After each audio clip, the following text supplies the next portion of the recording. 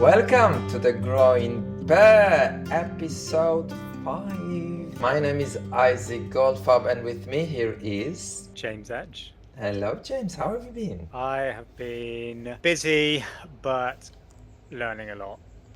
How about yourself? Learning. Okay, so tell me one thing you've learned this week. Yeah, good question. I've probably learned a lot about myself. So one thing I learned is about myself is I need to know someone on a deeper connection level to open up fully with my emotions. Oh, Yeah. that's deep. Yeah, well, I said I said have I learned I about have myself. so many questions, but I guess it's gonna be off this podcast. I'll throw that one back to you then, Isaac. What have you learned about not about yourself? What have you learned this week? This week happened something really interesting. So I was helping. I was chatting to a friend, and you know what it is like to be as a life coach. You never take the hat off, and if you manage to take the hat off, tell me a secret. So he was like texting me and saying some stuff, and I was like, okay, coach time on, and I started to do these coaching things to him. I just invited him to update me what's happening to him in the following days, and he kept updating me in the next 3 to 4 days, and I've seen like a massive improvement of where he was when he started to tell me about it until the day number 4. And then in day number 4 he suddenly comes to me and say, I don't know how to tell you that, and I don't want you to be upset with me, but I would really like to pay you for it, for whatever you've done for me, because you've done for me coaching. And I'm like, money is energy. Because I didn't ask for it. I didn't ask, oh, you need to pay me XYZ money. He offered money for the service I gave him because he saw the improvement and what he felt. And I was reading it and I was like, okay. Out of my character completely, I said, I will allow it.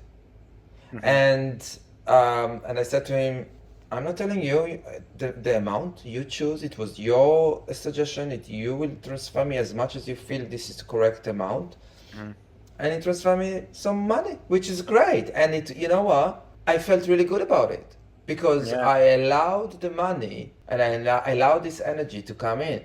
And it's funny because I was planning to this session to talk about something else, but I would like us to talk about money now because I think it's a great topic to discuss. And tell me, James, what do you feel when you hear the word money?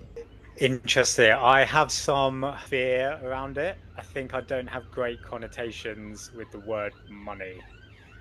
And I think this is probably exactly why it's a good topic to bring up, because just from your experience there, that money for you was a transfer of energy. You did something valuable and it was well within your right to ask for that money. Yeah, I guess my initial view is I might be like, almost a bit scared of asking for money. Yeah, just generally when I think about money's always like a pain point for people, right? People focus on it, relationships can be broken down on money, but I like the way that you talked of a positive situation of it there. Yeah, to answer your question, sometimes I have a negative mindset towards money and I don't really know where that's come from.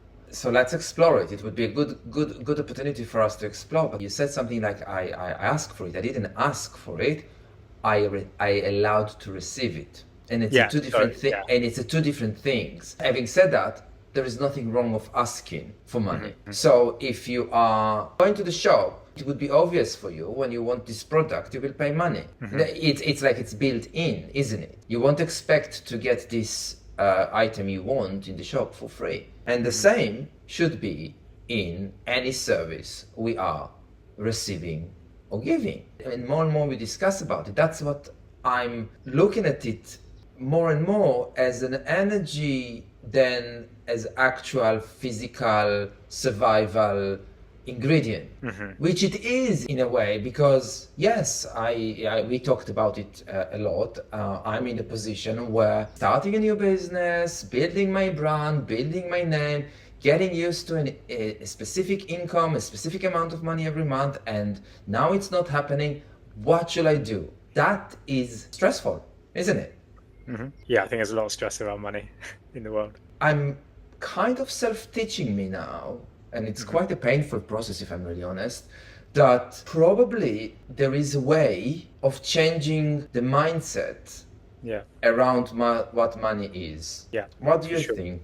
I think for sure people's perceptions on money, like just for my example there, is mine is a negative connotation for whatever beliefs or experiences or things I have, but you can look at it in a positive way. Maybe finding how it links in with your values, I guess, as a person, as to how you can perceive money. Like if it's a transfer of energy for doing positive things, then that can really resonate with someone. But is it always positive things? I use the word survival because let's face it, if we don't have the money, we can't buy our food, which is as a survivor, if you know the triangle, that the layers of where we are as people, this is survival. Survival is we need to eat, we need to drink, we need to have a roof, over our head. That's survival. So without money, we can't even do that basic thing. And I think this is where my negative connotations of it come. In the past, I've done things solely based on money, i.e., staying in a job you hate because you need the money, you need to pay the bills. So I've always seen money as like a constraint in my life. And that's probably why I've got negative connotations around it, because I've made a lot of decisions based on having to pay the bills and things like that. So that's one thing that's come to my mind now, talking about this. If we're now dreaming, let's dream together. How can we heal the negative feelings we have towards money?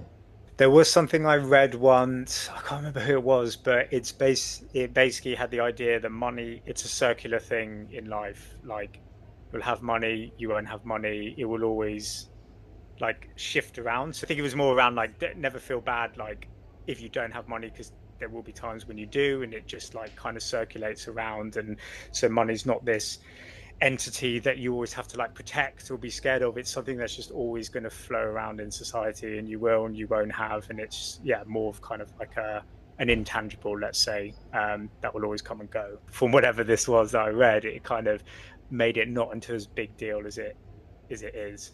So that's one way you could look at it, like a circular. So what you are saying, find a way to reduce the impact you put on money in terms of its meaning. Yeah, or the belief that it comes and goes. Times when you have money, there'll be times when you don't have money. It will be in waves continuously. And instead of putting so much pressure on like having loads of money now and protecting it, or wanting to get money so bad that you're doing X, Y, Z, just that kind of belief that it will come and go as you maneuver through life. I've seen a woman that I appreciate very much. Her name is Mary Morrissey. And she has a whole project out there about Dream Builder, blah, blah, blah, all of that. Great, I've done this project. Some of the things that she's saying there changed my life. But she talked about money. And one of the chapter I've heard from her was about, think about it as money as energy. You need to let money go in order to allow money in. She doesn't talk in terms of percentage or whatever, but she's talking a lot about donations. She's talking a lot about the importance of us, if we have money, to take a percentage of it and donate it to other resources. So we're basically shifting that energy. So following that chapter, I've decided, I've never done it, and I've decided to put like a direct debit kind of every month, and it's kind of not a big amount of money. It's like, I'm just donating £25 to charity here, £25 charity there, and just letting money go. And it's funny because one of the charities I'm donating is the Jewish Care. Suddenly I'm getting an invite. Thank you so much for supporting us. We would like to invite you to have a tour in the Royal Albert. Yes. And I'm like, what? Where did that come from? You know what I mean? And it's like, I didn't ask for it. Not necessarily this is my thing, but it was kind of, I gave, not in order to receive. But I suddenly received something. Yeah, it's kind of like good things come your way. Yeah, and I guess we will touch this topic in different ways as well. Yeah, money is a big one, isn't it? It's one of those things where you want to have more of it, but Yeah, the other thing I find fascinating about it is the more now that we move to electronic way of having money, even things like Bitcoin and crypto, like things that are not tangible. Money is almost this mythical thing through systems and e-commerce and e-com world and everything like that, away from literally people when they were younger, or centuries ago, would hide like pots of money under their bed, and it was tangible, it was there, it was the same. Whereas now you don't have anything physical, and it's such a big impact in our life without really being visible, unless you look at your Or app. physical, visible or physical. Takes me back to my kids. As a kid, I got pocket money, and I knew what I have in my hands, Mm-hmm. and I knew, okay, I'm going to spend it, and that's how money I'm gonna have left. Yeah. And I'm trying to give to my kids pocket money every month, like a note, like but they have their own debit card. So if, like, for example, they go on a day out for, in train or whatever, I'm just putting money on the car. So that aspect of, oh, this is how much money we actually spending is not there. So what does it do to this generation, the younger generation, of not Yeah. actually physically feeling and seeing the money? Yeah, you're right. We probably would have had piggy banks and stuff like that. You learn early from an early age, you've got to put pennies away and stuff. Whereas nowadays, yeah, it's not like that. So it's interesting to see what the younger generation's perception of money is. They might see it as really, really positive, really positive. I don't know. Be Yeah, interesting. Be interesting. yeah. Because we know that it could be, of course, every coin has two sides. Every coin, money, right? But it could be that not seeing the physical thing will be actually a good thing, because then you don't have this obsession around something physical. Mm-hmm. Yeah. But at the same time, you are lacking an information of or seeing what you're spending in a way that, you know. It's less transactional now, because if you had to like go, let's just say for life coaching, right? If you, let's say you were having to get payment from your client, how much different would it be if you had to like go to them and pick up the money in cash versus here's a link, pay for this? It'd be a lot more well, I guess from my point of view, it'd be a lot more intense to do it like putting your hand out to get the cash from them than sending a payment link. So yeah, I'm actually glad we can do it by sending a payment link and things like that. It's much easier than having to do that transactional nature of it that you would have done before. So yeah, it's very, very interesting, because I came to this recording this episode with a completely different topics. But I'm not regretful that we spent the last 20 so minutes of talking about money. And I think we do need to come back to it in a different time and speak about what you just said in the beginning of asking for money. What does it mean when you ask for money, and how can we improve our beliefs and confidence, and how can we empower ourselves when we're asking for money? But that we will leave that to a different time. But what are the two things you're taking from this episode? Probably that I've got negative connotations to money. I guess it's an uncomfortable topic for me to talk about, but I'm glad we did, because it makes it interesting, right? That's it. Only one. And you don't want to take money more of that. No. Well, yeah, it's around, yeah, what my perceptions are to money, and maybe the second thing would be thinking about your positive experience that you mentioned at the beginning, where it's fine to accept money when you've provided value and someone is happy with that value. It's completely fine to say, yeah, okay, I will take X amount from it. So that was a good example to bring for me. And I think what I'm taking from this is the impact that this story made on you. Because I think that I did what I felt is the right thing to do, but I wasn't, but when I'm telling this story to you and you reacted in the way you reacted, it's like, okay, so there was something really special in that moment. And I'm not fully understanding at the moment how special that moment when I was said to myself, it's okay. It's okay to say yes.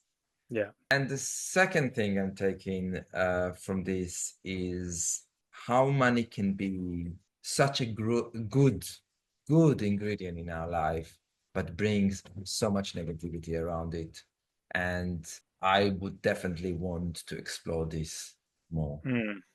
So it would be interesting to hear from our viewers and our listeners any comments they have about money. What do they feel about money? If you agree with us, disagree with us, thinking other ways about money, have any suggestions of how to, feel towards the topic of money. It's a fascinating topic. I really enjoyed our conversation.